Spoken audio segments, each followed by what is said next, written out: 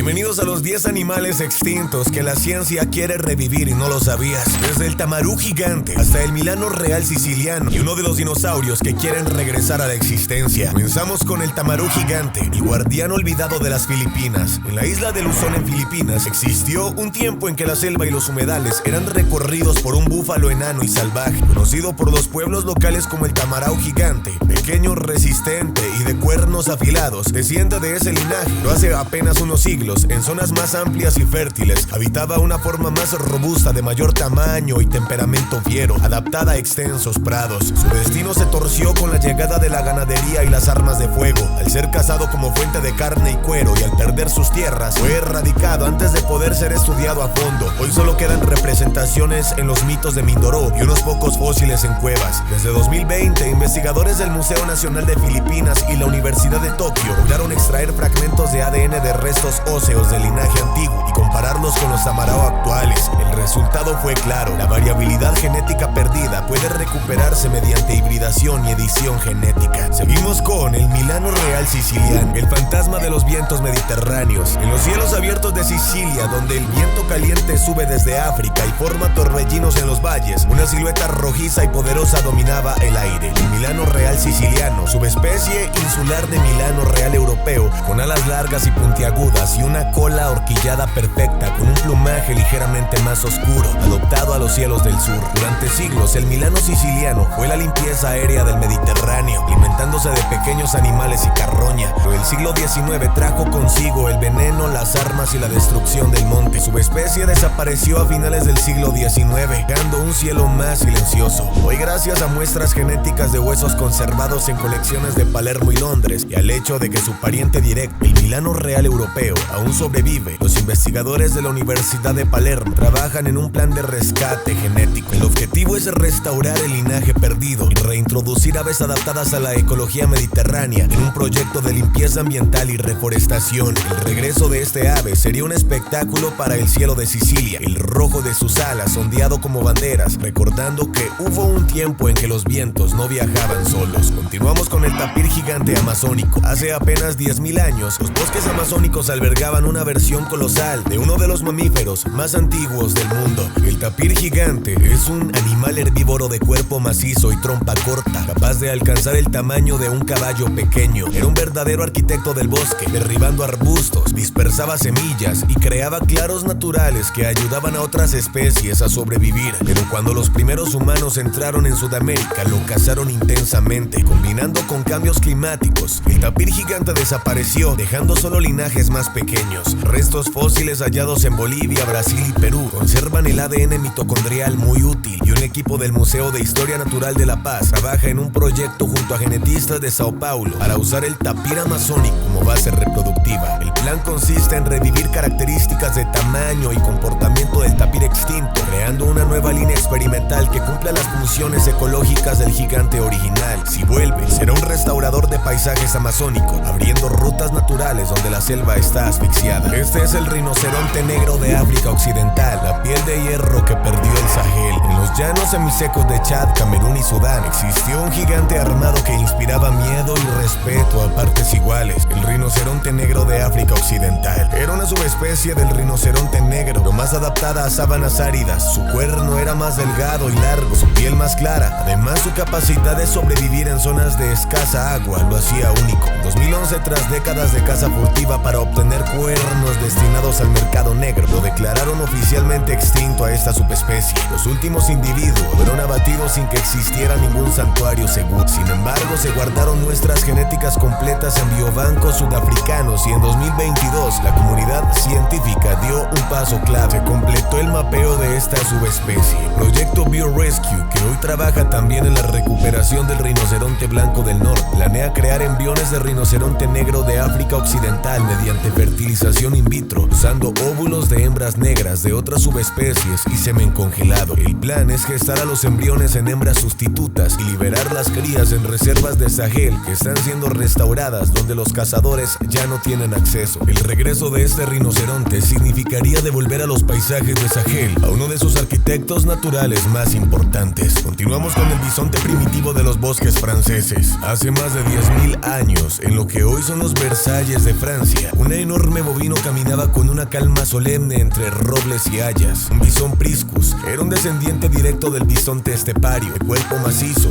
pelo largo y oscuro, cuernos curvados hacia arriba como lanzas. Sus siluetas fueron dibujadas en las cuevas de Lascaux y Altamira. Los primeros artistas de Europa lo veneraban como un espíritu de fuerza y abundancia, pero el avance humano y los cambios climáticos lo empujaron a la extinción hace unos 8.000 años, dejando solo a sus descendientes más pequeños, los bisontes modernos. Hoy, gracias a la extraordinaria conservación de huesos y colmillos en cuevas profundas y en el permafrost, los científicos del Museo Nacional de Historia han conseguido recuperar fragmentos de ADN de gran calidad, comparando este material con el bisonte europeo actual y con el americano. Además, se ha iniciado un proyecto experimental para reconstruir un híbrido con las características del urogaulois, más robusto, adaptado a bosques fríos y con su antiguo comportamiento migratorio. El plan prevé reintroducir estos bisontes en reservas naturales, minando por los bosques para observarlos como un mural prehistórico que cobra vida. Continuamos con el gato de los pueblos libios. En los márgenes del desierto del Sahara, en tiempos de los faraones, vivía un gato salvaje muy diferente al que conocemos hoy. El felino de los pueblos libios era un gato más robusto y con patas largas.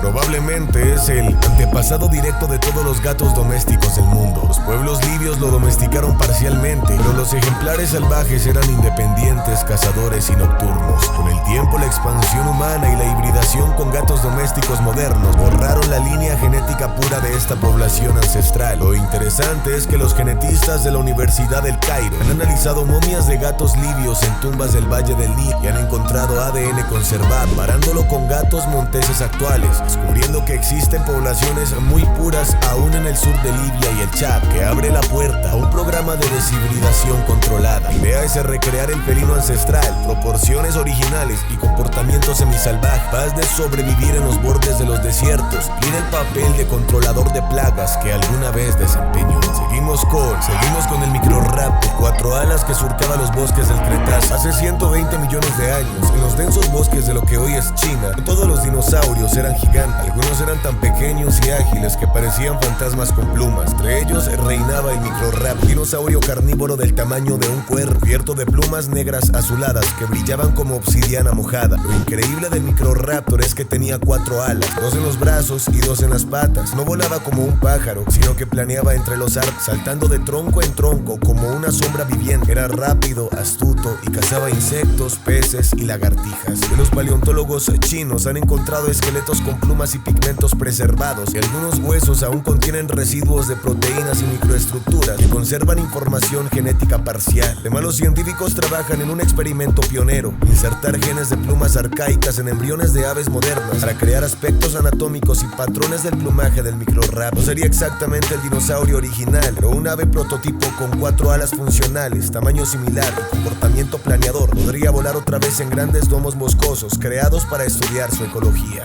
Seguimos con el pterosaurio gigante que convertía el cielo en arma. En una isla del mar Tetis, hace 70 millones de años, los cielos estaban gobernados por algo que no era un pájaro ni un dragón. Era uno de los pterosaurios más grandes conocidos, con una envergadura de hasta 10 metros, cuello corto y cabeza enorme. Este depredador volaba, cazaba como si fuera un cóndor armado con una lanza. A diferencia de otros pterosaurios estilizados, este era robusto, con huesos gruesos capaces de soportar grandes cargas. Se alimentaba de pequeños dinosaurios y reptiles terrestres, usando su pico gigantesco para atrapar presas y luego volando hasta acantilados para devorarlas. Los fósiles hallados en Rumania han permitido estudiar la estructura de sus huesos, y lo sorprendente es que aún no se conserva ADN. Sí hay proteínas fosilizadas y un mapa muy detallada de su biomecánica. Algunos científicos y laboratorios europeos sueñan con usar bioimpresión 3D junto con ADN de aves modernas y murciélagos para reconstruir un híbrido funcional inspirado en este animal. Este es el Phorus rhacos, el ave del terror que reinó en Sudamérica. Hace 20 millones de años, cuando Sudamérica era un continente aislado, las aves se convirtieron en los depredadores supremos. Entre todas, una dominaba. Conocido como el ave del terror, medía 3 metros de altura, no podía volar, pero corría a velocidades de un guepardo. Su pico, curvo y enorme, servía como hacha, golpeaba con precisión el cráneo de sus presas hasta matarlas. Era en esencia un velociraptor con plumas. Los fósiles hallados en Argentina han permitido reconstruir su anatomía con un detalle impresionante. Aunque no hay ADN preservado, científicos del Centro de Biología Molecular están estudiando si sería posible crear un ave moderna con genes modificados que recreen las características principales del Phorus rhacos: gran tamaño, patas largas y un cráneo robusto. El proyecto es muy preliminar, pero se cree que podría hacerse usando avestruz, seriemas y emúes como base genética. Continuamos con el ictiosaurio, el delfín de los dinosaurios. En los océanos del Jurásico Medio, hace 170 millones de años, los mares estaban dominados por criaturas que parecían delfines, pero en realidad se trataban de reptiles. El más impresionante era el ictiosaurio, un depredador marino con el cuerpo aerodinámico de un pez, la cola vertical y unos ojos enormes que le permitían ver en aguas profundas. Los ictiosaurios podían alcanzar 10 metros de largo y se alimentaban de peces, calamares y criaturas marinas. Sus fósiles hallados en Alemania e Inglaterra son tan espectaculares que conservan tejidos blandos fosilizados, pigmentos de piel y en algunos casos restos de proteínas estructurales. Han comenzado a secuenciar proteínas y a comprarlas con las de reptiles modernos como lagartos y cocodrilos, en un intento por recrear características anatómicas en embriones de reptiles acuáticos modernos. Aunque recrear un ictiosaurio puro está fuera de alcance hoy, se estudia la posibilidad de crear un híbrido experimental con apariencia muy similar, que podría vivir en tanques marinos gigantes para estudiar cómo cazaba y se movía este depredador prehistórico. El día que un ictiosario resurja del laboratorio, no será solo el regreso de una especie extinta, será el renacimiento de un océano jurásico entero en el presente. Seguimos con la titanoboa, la serpiente colosal de los pantanos de Colombia. Hace 60 millones de años, después de la extinción de los dinosaurios, la selva tropical del norte de Colombia era un horno húmedo y verde. Allí en los pantanos gigantescos se deslizaba el mayor depredador de su tiempo, la titanoboa. Esta serpiente podía medir 15 metros de largo y pesar más de 1 tonelada. Su cuerpo, grueso como un tronco, se movía silencioso bajo el agua. No era venenosa, mataba por pura fuerza, enrollando su cuerpo alrededor de cocodrilos y tortugas gigantes, aplastándolas en segundos. Los fósiles encontrados en la mina de Cerrejón en La Guajira estaban tan bien conservados que han permitido conocer su musculatura y dieta. Si bien no queda ADN utilizable, la titanoboa está en la lista de estudios para un futuro proyecto experimental: usar pitones y boas modernas como base genética, activar genes de crecimiento y de resistencia al calor que ya no expresan en serpientes actuales. Seguimos con el elefante con pala que desconcertó a Darwin. Hace 7 millones de años en África y Asia estaba un elefante que parecía diseñado por un caricaturista de la naturaleza, el Platyvelodon, un probóscido de tamaño mediano cuya mandíbula inferior se extendía en 2 placas planas parecidas a palas. Estas palas están cubiertas de esmalte duro y servían como herramienta. Raspaba cortezas, arrancaba hierbas y barría el suelo para alimentarse. Su trompa corta y ancha completaba esta apariencia única. Los paleontólogos han hallado fósiles de cráneo, colmillos y mandíbulas muy bien conservadas, con detalles que muestran marcas de uso de las palas como herramientas. Los laboratorios que trabajan en la resurrección del mamut en Siberia ya discuten esta idea como un paso más allá, una especie experimental inspirada en los proboscideos prehistóricos, pero adaptada a ecosistemas modernos. Seguimos con el Glyptotodon, la fortaleza andante del Pleistoceno. Hace apenas 12.000 años, en los llanos de Sudamérica, caminaban fortalezas vivientes del tamaño de un automóvil. Parecían armadillos gigantes, pero pesaban casi 2 toneladas, con un caparazón redondeado como una cúpula de piedra y una cola en forma de masa que podían usar como arma para defenderse. Lentos pero impenetrables, era una combinación de seguridad y calma. Su dieta era principalmente herbívora y su presencia moldeaba los pastizales sudamericanos. Se extinguieron cuando los primeros humanos llegaron al continente, probablemente por caza y cambio climático. Este es el moa gigante. En Nueva Zelanda, mucho antes de que los europeos llegaran, había un ave que hacía parecer pequeños a los hombres. El moa gigante medía más de 3.5 metros de altura cuando estiraba el cuello y pesaba casi 250 kilos. Era un herbívoro tranquilo que vivía en los bosques y en los valles abiertos. Formaba parte del equilibrio natural con su depredador, el águila de Haast. Los maoríes lo cazaron intensamente para alimentarse y en apenas 2 últimos siglos, todas las especies de moa desaparecieron. Sin embargo, sus huesos y huevos fosilizados se han encontrado en cuevas y turberas de Nueva Zelanda en estado excelente. En ellos, los genetistas de Alan Wilson Sintry lograron recuperar ADN mitocondrial casi completo. El proyecto en marcha busca crear una línea genética funcional del moa usando el emú como especie base y técnicas de edición. Imagínate ver caminando de nuevo un moa. Sería como traer de vuelta un pedazo de la prehistoria en pleno siglo XXI. Mira el reptil de cuello infinito. Hace 240 millones de años, en lagos y costas de Europa existía un animal tan extraño que cuando lo vieron por primera vez pensaron que sus huesos eran de varias especies distintas. Se trataba de un animal con un cuello absurdamente largo, casi igual a todo el resto de su cuerpo, pero más de la mitad eran vértebras cervicales rígidas como un palo articulado. Su cuerpo era corto y sus patas y cola lo ayudaban a nadar lentamente. Usaba el cuello para acechar peces y calamares desde la distancia, moviéndose muy poco como una lanza flexible. Continuamos con el gigante volador del final de los dinosaurios. Hace 68 millones de años, en los cielos de Norteamérica, volaba algo tan grande que los propios dinosaurios lo miraban desde abajo con respeto. El mayor ser volador conocido de la historia de la Tierra, con una envergadura que alcanzaba los 12 metros. Tenía un cuello tan largo como una jirafa y un cráneo afilado de casi 3 metros. Este pterosaurio podía despegar desde el suelo y recorrer enormes distancias planeando con las corrientes de aire caliente. Era un cazador oportunista, aterrizaba en llanuras abiertas y caminaba con sus largas patas delanteras plegadas como muletas, para luego abalanzarse sobre pequeñas presas. Fósiles extraordinariamente completos en Texas y Nuevo México han permitido reconstruir su biomecánica de vuelo. No hay ADN, pero sí proteínas fosilizadas y datos tan precisos que hoy existen simuladores 3D que pueden replicar y simular cómo despegaba y cómo planeaba. Varios científicos están desarrollando un proyecto futurista: crear un organismo híbrido funcional utilizando aves modernas y murciélagos con bioimpresión de tejidos, algo realmente bastante loco, pero que apunta a ser el futuro de la nueva generación. Bueno, querido panda, dime qué te ha parecido el video del día de hoy. Sabes que si fue de tu agrado me puedes regalar tu asombroso me gusta sin respirar. Suscríbete al canal y nos veremos en la próxima ocasión. Adiós.